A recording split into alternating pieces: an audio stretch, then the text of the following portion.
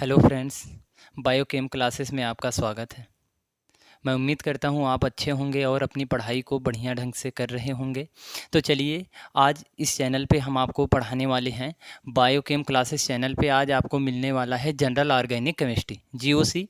ये organic chemistry का एक इम्पॉर्टेंट टॉपिक है जो यूपी बोर्ड के सारे विद्यार्थियों के लिए, चाहे वो 10th के हों, 11th के हों या 12th के हों, सबके लिए इम्पॉर्टेंट है। इससे आपको कम से कम 2-3 प्रश्न देखने को मिलेंगे। जीओसी में सबसे पहला टॉपिक हम पढ़ेंगे आईयूपीएसी। तो आईयूपीएसी से आपके बोर्ड एग्जाम में लगभग 2 से 3 प्रश्न आने सुनिश्चित है। ये तो निश्चित है, आपको कम से कम 2 से 3 प्रश्न यहाँ से देखने को मिलेंगे। और 2 से 3 प्रश्न का मतलब है कि 4 से 5 नंबर आपको यहाँ से मिलेंगे। तो चलिए पढ़ते हैं कि आईयूपीएसी क्या होता है, आईयूपीएसी नामकरण क्या होता है, इनके नियम क्या होते हैं, विधियां क्या होती हैं। तो सबसे पहले हम शुरू करेंगे कि सामान्य कार्बनिक रसायन में कार्बनिक रसायन का मतलब क्या होता है। तो चलिए सबसे पहले शुरू करते हैं, कार्बनिक रसायन क्या होता है।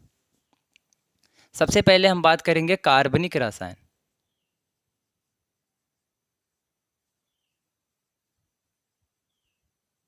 अगर कार्बनिक रसायन की बात की जाए तो विज्ञान की वह शाखा जिसके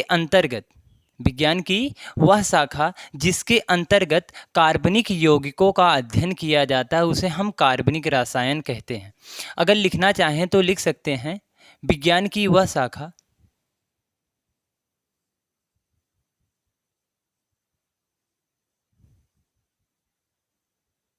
विज्ञान की वह शाखा जिसके अंतर्गत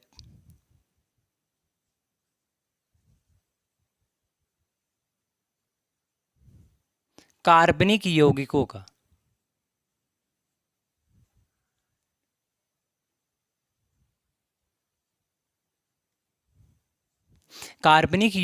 का अध्ययन किया जाता है।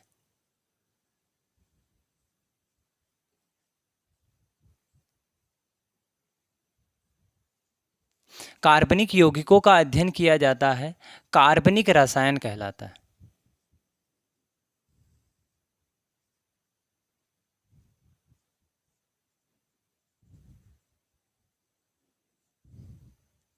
तो ये रही कार्बनिक रसायन की एक छोटी सी परिभाषा, जिसमें विज्ञान की वह शाखा जिसके अंतर्गत हम कार्बनिक यौगिकों का अध्ययन करेंगे उसे हम कार्बनिक रसायन कहते हैं।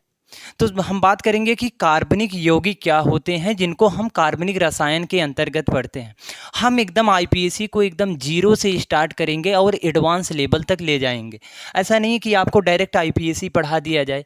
आईपीएसी शुरू कहाँ से होती है, इसकी नींव कहाँ से पड़ी है, आईपीएसी को हमको पढ़ने की ज़रूरत क्यों पड़ती है, हमको एकदम जीरो से शुरू करके एडवांस लेवल तक जाना होगा।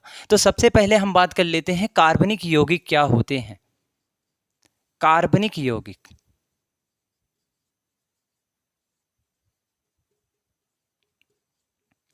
जिन्हें हम बोलते हैं ऑर्गेनिक कंपाउंड।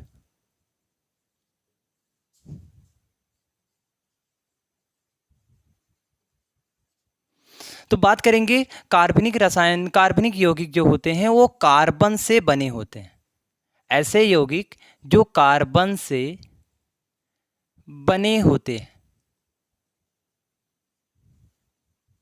अब कार्बनिक यौगिक केवल कार्बन से बने होंगे और कार्बन के अलावा कुछ और होता है इनमें। तो बात करेंगे इनमें जो कार्बन होता है, जब कार्बनिक यौगिक बनाएगा तो कार्बन हाइड्रोजन से जुड़ सकता है। जैसे एग्जाम्पल की बात करें CH4, तो कार्बन अगर हाइड्रोजन से जुड़ा तो क्या बन गया, CH4। कार्बन जुड़ सकता है नाइट्रोजन से, कार्बन हाइड्रोजन से जुड़ सकता है, कार्बन नाइट्रोजन से जुड़ सकता है, कार्बन ऑक्सीजन से भी जुड़ सकता है, जैसे C6H12O6। इसमें कार्बन के अलावा हाइड्रोजन और ऑक्सीजन है, इनको भी हम कार्बनिक यौगिक ही कहते हैं। जैसे हम बात कर लें NH2CO, NH2, इसे हम यूरिया के नाम से जानते हैं। ये भी एक कार्बनिक यौगिक ही है। सबसे पहले अगर आपसे पूछा जाए कि सबसे पहला कार्बनिक यौगिक लैब में कौन सा बनाया गया था, तो आप बोलेंगे यूरिया सबसे पहले बनाया गया कार्बनिक यौगिक होता है जिसे हम लैब में तैयार कर सकते हैं। ये यूरिया होता है, यूरिया को हम सबसे पहले लैब में तैयार किया गया था। इसे हम बोलते हैं मीथेन। इसे हम बोलते हैं ग्लूकोज। तो आप देख पाएंगे कार्बन से बने यौगिकों को हम कार्बनिक यौगिक कहते हैं। इसमें कार्बन हाइड्रोजन से जुड़ेगा, मीथेन बनेगा। कार्बन नाइट्रोजन से जुड़ा तो उदाहरण में क्या हमने देख लिया, NH2CO NH2 जिसे हम यूरिया कहते हैं। और अगर कार्बन ऑक्सीजन से जुड़ा तो ये बनाया ग्लूकोज C6H12O6। ये जितने आपको यौगिक दिख रहे हैं सारे के सारे यौगिक हैं कार्बनिक यौगिक। तो इन यौगिकों का अध्ययन हम जिसमें करते हैं उसी को हम बोलते हैं कार्बनिक रसायन। तो विज्ञान की वह शाखा जिसके अंतर्गत हम कार्बनिक यौगिकों का अध्ययन करते हैं उसे कार्बनिक रसायन कहते हैं। कार्बनिक यौगिक क्या होंगे? कार्बनिक यौगिक ऐसे यौगिक जो कार्बन से बने होते हैं।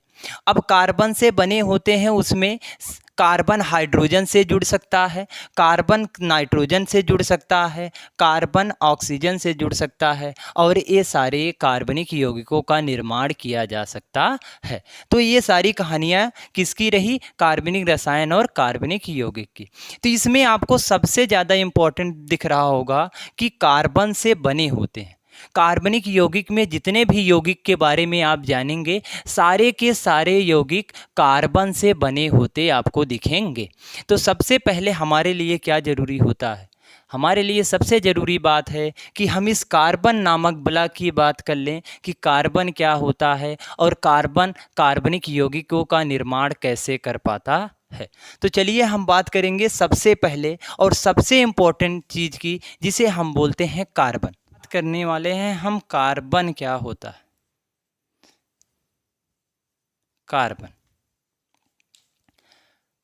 कार्बन की अगर बात करें तो कार्बन का जो प्रतीक होता है, कार्बन को हम कैपिटल C से डिनोट करते हैं, जिसमें कार्बन का परमाणु क्रमांक 6 होता है और परमाणु भार 12 होता है।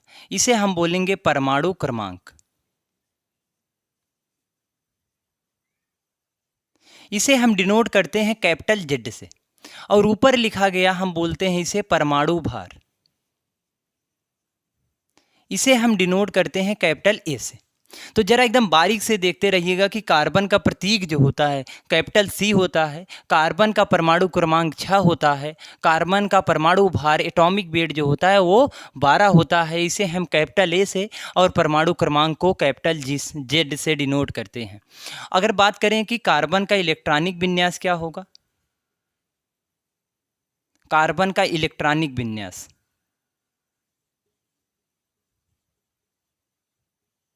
तो कार्बन का इलेक्ट्रॉनिक विन्यास जो होता है, कार्बन का परमाणु क्रमांक कितना होता है? 6 होता है।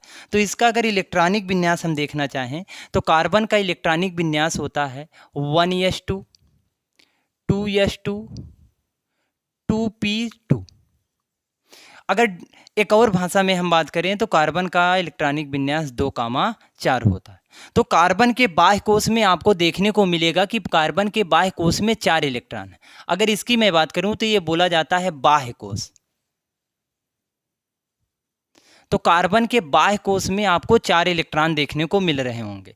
पर अगर आपने क्लास 9, 10th ये सारी चीज़ों में आप लोगों को पढ़ाया गया होगा कि किसी भी परमाणु को अपना अष्टक पूरा करने के लिए या बोल लें अपने को संतुष्ट रखने के लिए कम से कम उनके बाहर 8 इलेक्ट्रॉनों की ज़रूरत पड़ती है। तो अष्टक के लिए अगर हम बात करें, किसी भी परमाणु में अष्टक की बात की जाए तो अष्टक के लिए कम से कम 8 इलेक्ट्रॉन होने चाहिए। अष्टक पूरा करने के लिए बाह्य कोश में कम से कम 8 इलेक्ट्रॉन होना जरूरी है।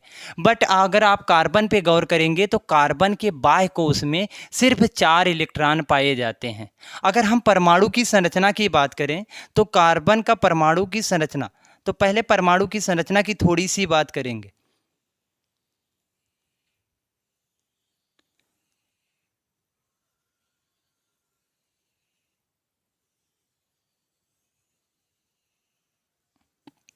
अगर हम परमाणु की बात करें थोड़ी सी, परमाणु अगर एक्स्ट्रा पॉइंट में थोड़ी सी परमाणु की बात करें तो परमाणु में 2 चीज़ें देखने को मिलती हैं। एक मिलता है बीच में इसके जिसको हम बोलते हैं नाभिक। एक बीच में इसके केंद्र मिलता है, केंद्र को हम कहते हैं नाभिक, और बाहर इसके कुछ कक्षक पाए जाते हैं। तो परमाणु में दो चीज़ें होती हैं, एक बीच में केंद्रक होता है और बाहर कुछ कक्षक पाए जाते हैं। अगर इन कक्षकों की बात करें तो इसमें इन्हीं कक्षकों को हम कोष भी कहते हैं, जिसमें परमाणु में 4 कोष होते हैं, K, L, M और N। तो परमाणु में 4 कोष पाए जाएंगे, K, L, M और N कोष होते हैं। अगर हम K की बात करें तो K में कम से कम 2 इलेक्ट्रॉनों को रखा जा सकता है। अगर ज़्यादा से ज़्यादा भी बात करें तो 2 ही इलेक्ट्रॉन के कोष में आएंगे। अगर L में बात करें तो इसमें ज़्यादा से ज़्यादा 8 इलेक्ट्रॉनों को रखा जाएगा। अगर M की बात करें तो इसमें 18 और N की बात करें तो इसमें 32 इलेक्ट्रॉनों को रखा जा सकता है। तो ये कहानी रही थोड़ी सी परमाणु की। और अगर परमाणु की बात करें कि परमाणु में कितनी चीज़ें पाई जाती हैं, तो परमाणु में होती हैं 3 चीज़ें। एक होता है इलेक्ट्रॉन, एक दूसरा होता है जिसे हम बोलते हैं प्रोटॉन, और एक तीसरा होता है जिसे हम बोलते हैं न्यूट्रॉन। ये 3 चीज़ों से मिलकर एक परमाणु का निर्माण होता है। एक इलेक्ट्रॉन होगा, प्रोटॉन होगा और न्यूट्रॉन होगा। अगर कार्बन के केस में हम बात करें इलेक्ट्रॉन, प्रोटॉन और न्यूट्रॉन की, तो कार्बन में जो इलेक्ट्रॉन होते हैं उनकी संख्या परमाणु क्रमांक के बराबर होती है। यहाँ किनारे में नोट करके लिख लीजिएगा, परमाणु क्रमांक बराबर, परमाणु क्रमांक बराबर इलेक्ट्रॉनों की संख्या, परमाणु क्रमांक बराबर इलेक्ट्रॉन, इलेक्ट्रॉन बराबर होते हैं प्रोटॉन। तो आपको ये जानना जरूरी है कि जो ये कार्बन है इसमें इसका परमाणु क्रमांक जितना होगा उतना ही इसमें इलेक्ट्रॉन होंगे और उतना ही इसमें प्रोटॉन होंगे। तो हम बोलेंगे Z बराबर E बराबर P, Z बराबर E बराबर P। Z बराबर होगा परमाणु क्रमांक, E बराबर होगा इलेक्ट्रॉनों की संख्या और P बराबर होगा प्रोटॉनों की संख्या। तो हम यहाँ लिख सकते हैं बराबर 6। तो इलेक्ट्रॉनों की संख्या कितनी होगी कार्बन में 6, प्रोटॉन की संख्या कितनी होगी 6, और न्यूट्रॉन की संख्या, इसको निकालना थोड़ा सा अलग होता है, इसकी कहानी थोड़ी सी अलग होती है। अगर न्यूट्रॉन की हम बात करें तो न्यूट्रॉन होता है A-Z। न्यूट्रॉनों की संख्या निकालने के लिए हमारे पास होता है A-Z। अगर हम परमाणु भार में से परमाणु क्रमांक को निकाल दें तो हमको मिल जाता है न्यूट्रॉनों की संख्या। तो यहाँ पर 12 है -6 बराबर हो जाएगा 6, और इलेक्ट्रॉनों की संख्या हो गई कितनी 6, प्रोटॉन कितने हो गए 6, न्यूट्रॉन कितने हो गए 6।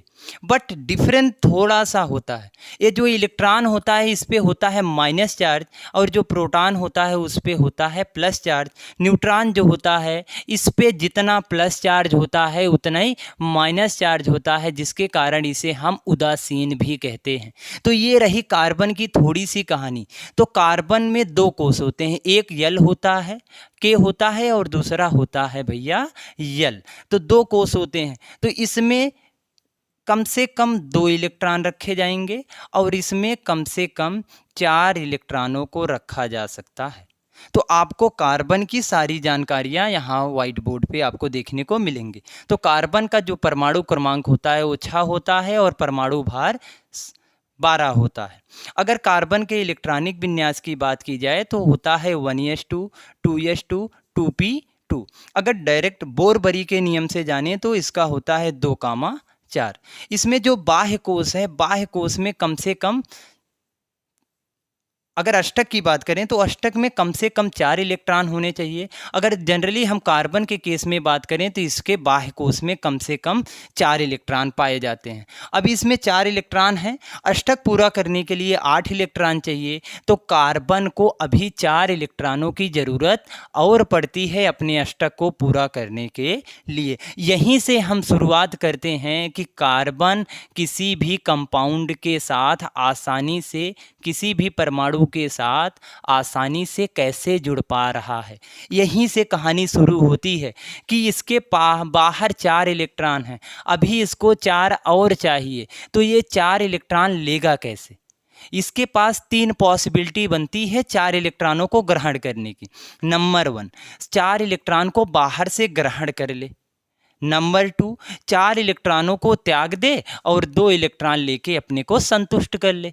और तीसरी पॉसिबिलिटी बनती है कि किसी और से साझेदारी करके अपने अष्टक को पूरा कर ले। तो ये 3 पॉसिबिलिटी कार्बन के पास हैं। हम बारी बारी से तीनों पर गौर करेंगे कि कौन सी पॉसिबिलिटी कार्बन के लिए सूटेबल होती है, कि कार्बन इलेक्ट्रॉन त्यागेगा, कार्बन इलेक्ट्रॉन ग्रहण करेगा या कार्बन साझेदारी करेगा। तो ये कहानी आपको कार्बन के बारे में कैसी लगी?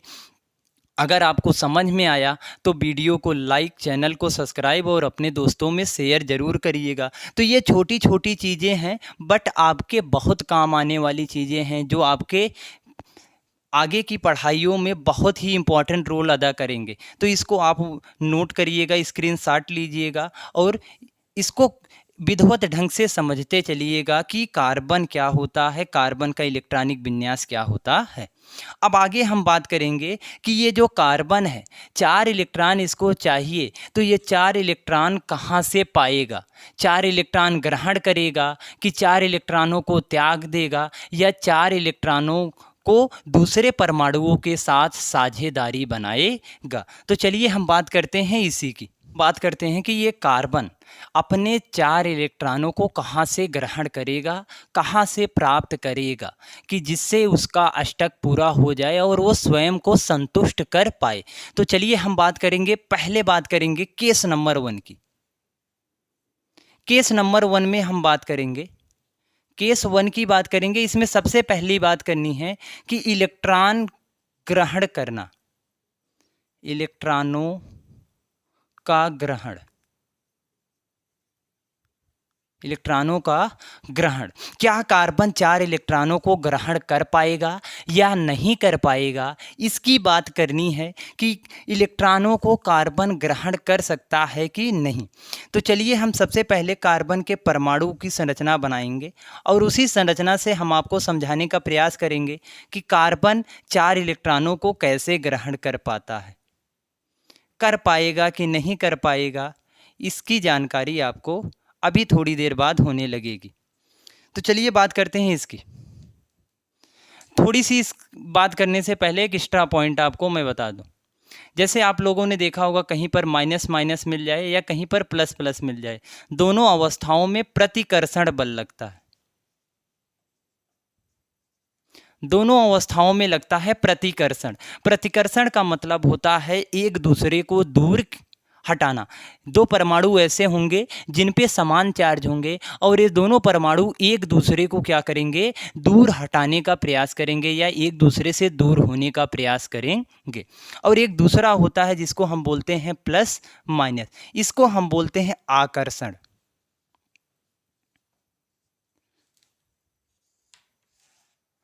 ये अगर कहीं पर आपको प्लस माइनस देखने को मिलेंगे तो प्लस माइनस जब भी एक साथ आएंगे तो ये एक दूसरे के पास आने का प्रयास करेंगे। अगर कार्बन की बात ही नहीं करना, ये प्लस माइनस की बात ही छोड़ दीजिए, अगर हम अपने पर्सनल लाइफ में बात करें तो समान चार्ज वाले लोगों से हम दूरियां बनाते हैं और अलग चार्ज वाले लोगों से हम क्या करते हैं, उनके पास आने का प्रयास करते हैं। तो ये बात आपको समझ में आ रही होगी। तो चलिए बात करते हैं कार्बन की, कि कार्बन 4 इलेक्ट्रॉनों का ग्रहण करेगा। इसको ग्रहण कितना करना है, 4 इलेक्ट्रॉन। तो अब जरा इस पे गौर रखिएगा कि अगर माइनस माइनस है तो क्या होगा, प्लस प्लस है तो क्या होगा और प्लस माइनस है तो क्या होगा। तो चलिए बात कर लेते हैं इसकी। ये कहानियों की बातें हम करते रहेंगे, ऐसे धीरे धीरे आगे की तरफ बढ़ते रहेंगे।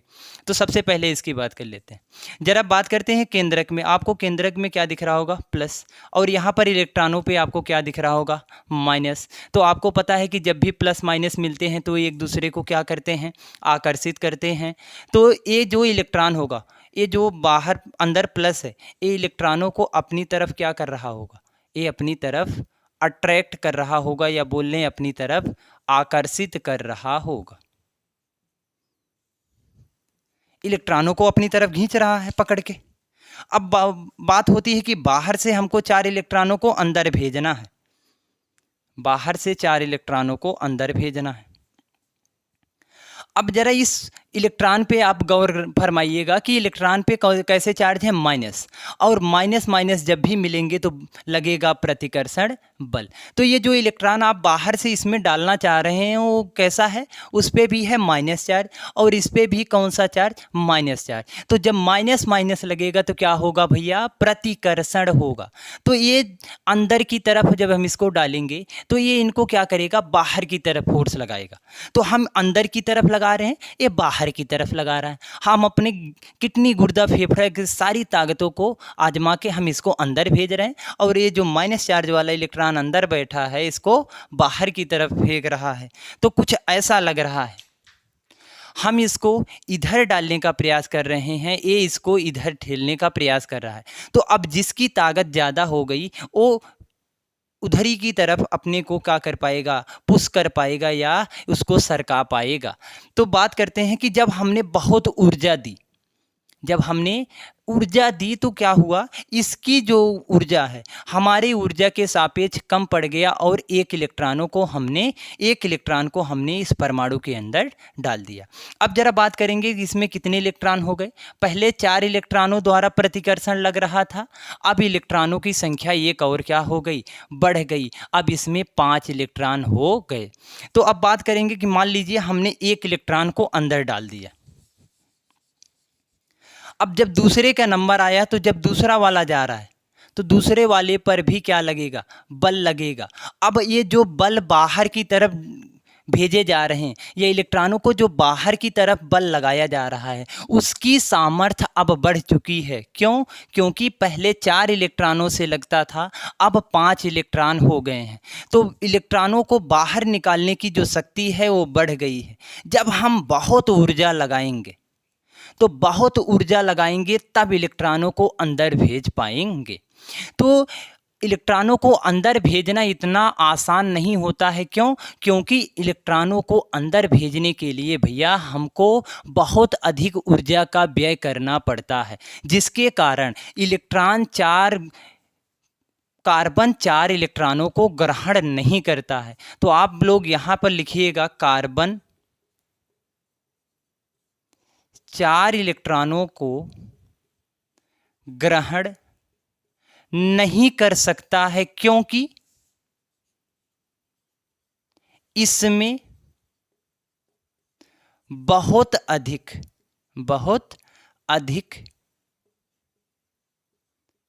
ऊर्जा व्यय होती है। अब आपको इतनी तो कहानी समझ में आ गई होगी कि अगर 4 इलेक्ट्रॉनों को कार्बन ग्रहण करने जाएगा तो ग्रहण नहीं कर पाएगा। क्यों? क्योंकि इसमें ऊर्जा की खपत बहुत होती है, बहुत अधिक ऊर्जा का प्रयोग करेंगे तब इलेक्ट्रॉनों को अंदर भेजा जा सकता है।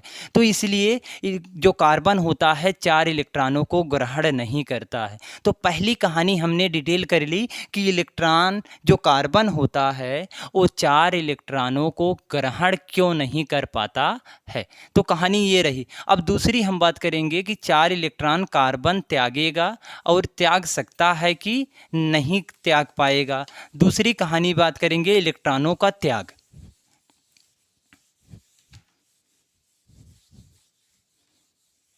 चलिए बात करते हैं दूसरे केस नंबर 2, इलेक्ट्रॉनों का त्याग।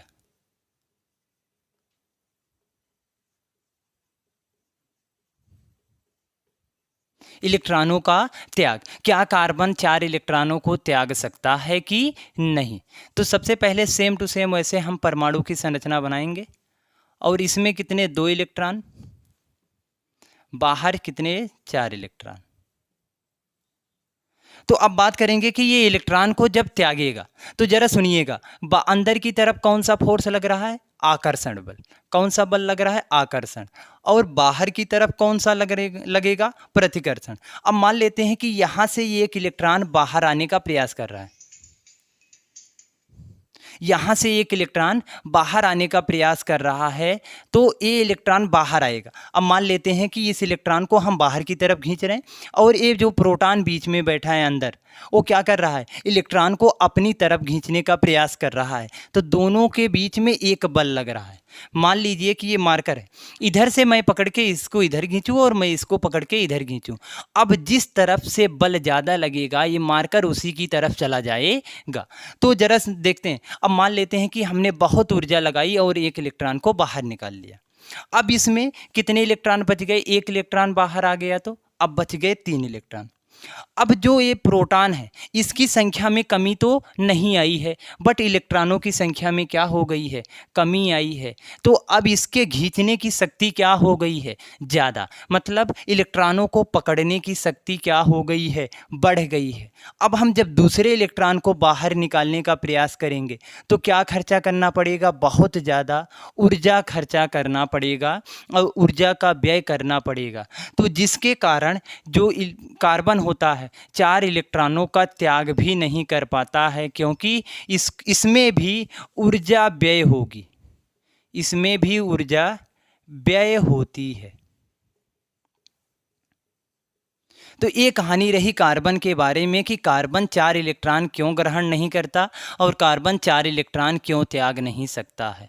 तो बात होती है कि अगर इलेक्ट्रॉन त्याग ना सकता और ना ही ग्रहण कर पाएगा तो कार्बन 4 इलेक्ट्रॉनों को कहाँ से ग्रहण करेगा? तो कार्बन 4 इलेक्ट्रॉनों को ग्रहण करता है साझेदारी द्वारा। जैसे मैं बात करूं, ये कार्बन है, कार्बन के पास कितने इलेक्ट्रॉन होंगे? कार्बन के पास होंगे 4 इलेक्ट्रॉन। अभी इसको 4 चाहिए। अगर थोड़ी देर में हाइड्रोजन की बात करूं तो हाइड्रोजन का परमाणु क्रमांक 1 होता है, परमाणु भार 1 होता है। अगर इसको अपना अष्टक पूरा करने के लिए 2 इलेक्ट्रॉन कम से कम इसके अंदर होने चाहिए। अब इसके पास 1 इलेक्ट्रॉन है और अभी इसको 1 इलेक्ट्रॉनों की और ज़रूरत है। तो ये जो कार्बन है, कार्बन के साथ हाइड्रोजन आके इलेक्ट्रॉनों की साझेदारी करेगा। अब जैसे 1 इलेक्ट्रॉन यहाँ हाइड्रोजन का, 1 इलेक्ट्रॉन यहाँ कार्बन का, ये दोनों आपस में क्या कर लेंगे? साझा कर लेंगे। यहाँ भी सेम टू सेम ऐसे कार्बन इलेक्ट्रॉनों को साझा करेगा, यहाँ भी कार्बन इलेक्ट्रॉन साझा करेगा और यहाँ कार्बन इलेक्ट्रॉन साझा करेगा। तो जब कार्बन को ज़रूरत होगी तो इलेक्ट्रॉन हाइड्रोजन से ले लिए जाएंगे और जब हाइड्रोजन को ज़रूरत होगी तो कार्बन से इलेक्ट्रॉन ले लिए जाएंगे। तो कुछ स्ट्रक्चर ऐसे बनेगी। इसलिए कहा जाता है कि कार्बन 4 बंध बनाता है और ये चारों बंध किसके कारण बनते हैं? 2 परमाणुओं के बीच में साझेदारी जब होती है तब बंध का निर्माण होता है, तब कार्बन 4 बंध का निर्माण कर पाता है। और इनके बीच में ये जो बंध बनते हैं, इन्हीं बंध को हम बोलते हैं सहसंयोजक बंध।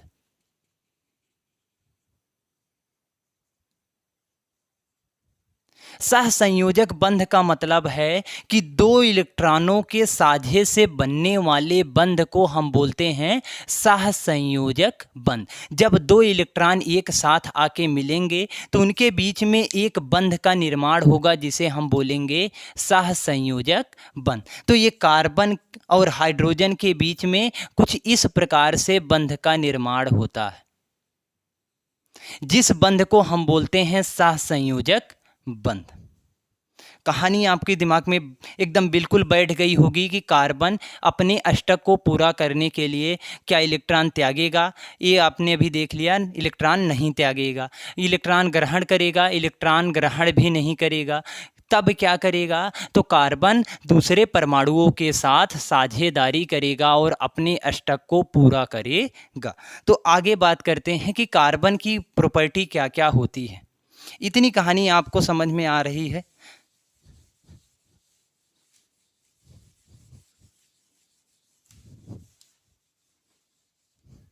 अब हम बात करेंगे कार्बन की विशेषता।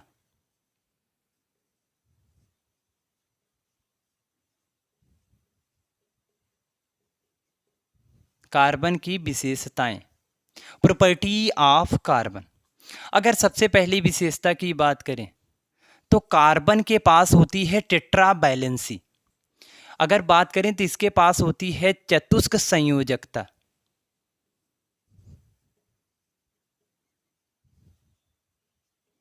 संयुक्त चतुष्क संयोजकता को हम बोलते हैं टेट्रा बैलेंसी। इसका क्या मतलब होता है चतुष्क संयोजकता या टेट्रा बैलेंसी का? टेट्रा बैलेंसी या चतुष्क संयोजकता का मतलब होता है 4 बंध बनाने की क्षमता, 4 बंध बनाने की क्षमता। कार्बन के पास 4 इलेक्ट्रॉन होते हैं, जिसके कारण वो 4 इलेक्ट्रॉनों की साझेदारी द्वारा 4 बंध बनाता है, जिसे हम बोलते हैं चतुष्क संयोजकता।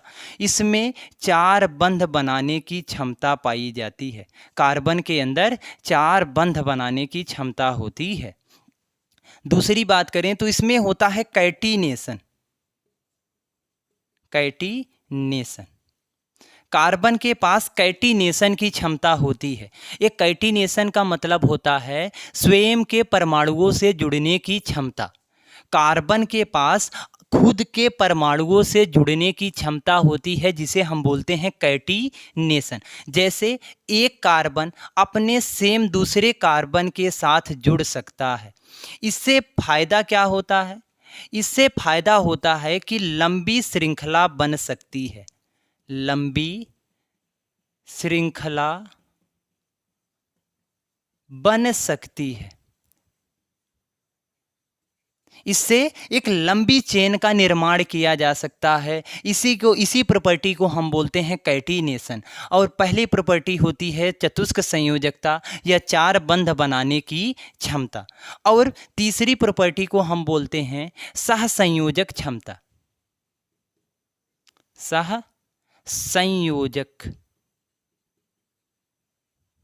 सहसंयोजक बंध बनाने की क्षमता।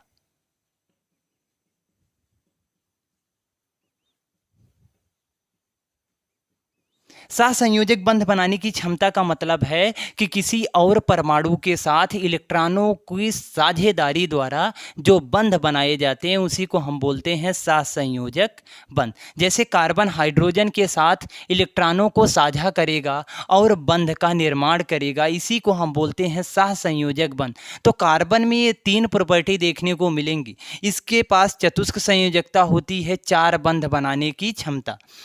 कैटिनेशन होता है। कैटिनेशन का मतलब होता है स्वयं के परमाणुओं से जुड़ने की क्षमता। और तीसरा होता है सहसंयोजक बंध बनाने की क्षमता, मतलब इलेक्ट्रॉनों को साझेदारी द्वारा एक बंध को बनाने की क्षमता इसके पास होती है। तो इतनी कहानी रही कार्बन की और कार्बनिक यौगिकों की। तो ये मैं आशा करता हूँ कि आपको ये सारी कहानियाँ आपके दिमाग में एकदम फिट बैठ रही होंगी और बैठ गई होंगी। तो आज के लिए हम बस इतना रखते हैं। अगली क्लास में हम शुरू करेंगे इम्पॉर्टेंट टॉपिक, जिसे हम बोलेंगे IUPAC। तो तब तक के लिए आप पढ़ते रहिए, मस्त रहिए और चैनल को लाइक, सब्सक्राइब और शेयर करते रहिए और अपनी पढ़ाई को एकदम विधिवत ढंग से आगे की तरफ बढ़ाते रहिए और बायोकेम क्लासेस चैनल से जुड़ते रहिए। जय हिंद।